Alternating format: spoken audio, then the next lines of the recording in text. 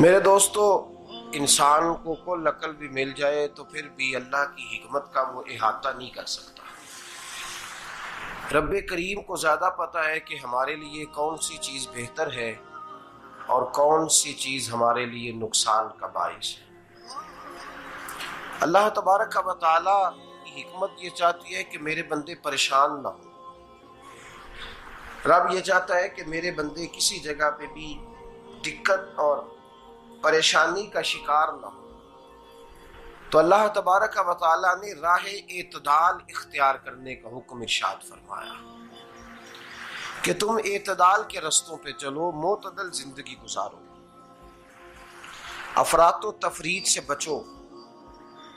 آج جس معاشرے میں ہم وقت گزار رہے ہیں، اس معاشرے میں ہم اس بات کو سمجھنے سے قاصر ہیں کہ اصل ہمارا مسئلہ کیا ہے۔ ہمارا اصل جو مسئلہ ہے اس کی شناخت ہمیں کیسے ہوگی اور ہم پھر اس تک رسائی کس انداز میں حاصل کر پائیں۔ ہم ہمیشہ اپنی آمدن بڑھانے کے چکر میں رہتے ہیں، ایک کام اور شروع کر لیں، پارٹ ٹائم جاب شروع کر لیں، کوئی سائیڈ بزنس اس کا آغاز کر لیں۔ ہماری جو دوڑ لگی ہوئی ہے وہ لگی ہے کام بڑھانے میں، آمدن بڑھانے میں، حالانکہ اسلام ہمیں یہ کہتا ہے کہ تو آمدن بڑھانے کے چکر میں نہ پڑ، اصل بات یہ ہے کہ تو اپنے خرچے کنٹرول کر۔ تنگ انسان وہ نہیں ہوتا جس کی آمدن تھوڑی ہوتی ہے۔ یہ توجہ کیجیے گا میری بات، یہ قیمتی بات ہے اور گفتگو ساری کا لب لباب ہے۔ تنگ بندہ وہ نہیں ہوتا جس کی آمدن تھوڑی ہوتی ہے، اصل پریشان وہ ہوتا ہے جس کے خرچے زیادہ ہوتے ہیں۔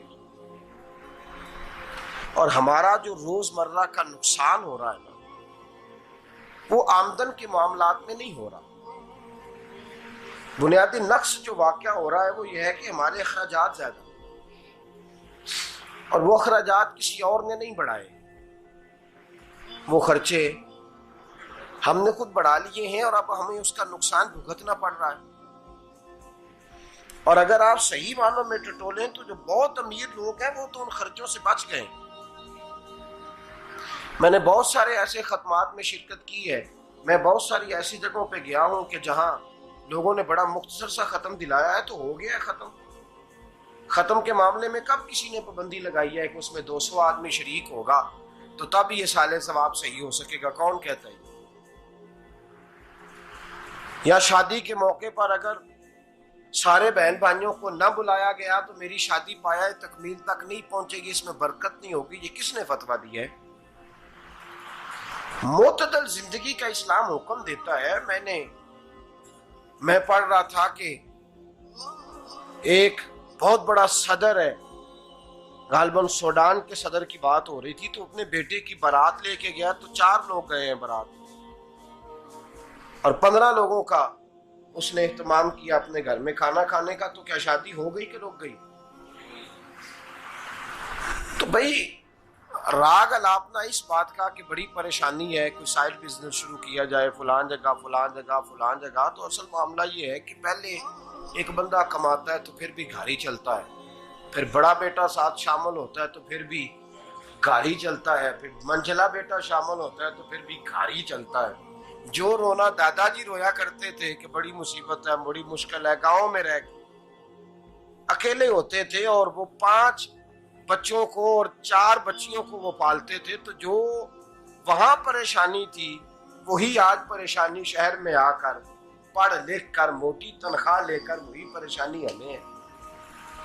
تو میں جس نتیجے پہ پہنچا ہوں اس کو پڑھ کے، قرآن مجید کی چند آیات کو دیکھ کر اور اس مفہوم کی جو حدیثیں کتب احادیث میں پائی جاتی ہیں اور ہمارے بزرگوں نے ہمیں جو مزاج اس حوالے سے دیا ہے، میں اس نتیجے پہ پہنچا ہوں کہ مسئلہ آمدن کا نہیں، مسئلہ خرچے کا ہے۔ ہمارے خرچے بنیادی طور پر زیادہ، اور اگر پھر ہم زیادہ بوجھ خواتین پہ ڈالتے ہیں کہ وہ مطالبے زیادہ کرتی ہیں، اور اگر آپ مجھ سے پوچھیں تو خواتین کی بھی اگر کسی جگہ کوئی عادت خراب ہوتی ہے تو اس میں اصل کردار اس کا ہوتا ہے جو وہ عادت خراب تو کیوں اپنے گلے سے اتار کے آپ کسی کے گلے میں بات ڈالنے کے چکر میں ہیں؟ وہ خواتین کی طبیعت نہیں ایسی ہے. اصل بات یہ ہے کہ ہم نے عادت ڈالی ہے، ہم نے یہ مزاج ان کو دیا ہے تو ان کا بنا ہے، نہ کیسے بن سکتا.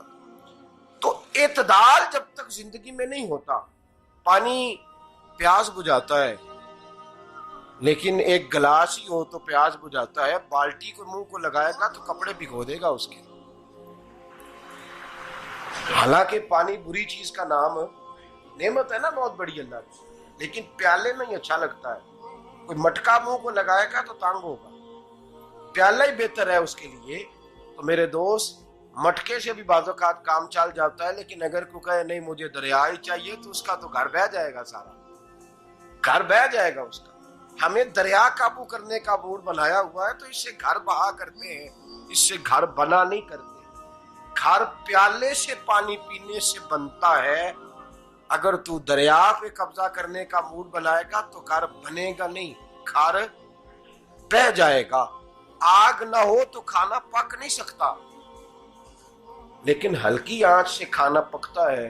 اور اگر آنچ تیز کر دی جائے تو جی قرینے قیاس بات کر رہا ہوں، میں عقل سے ماورا نہیں کر رہا.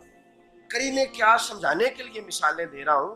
ہلکی آنچ پہ کھانا پک جاتا ہے اور آگ تیز ہو تو کھانا جل جاتا ہے.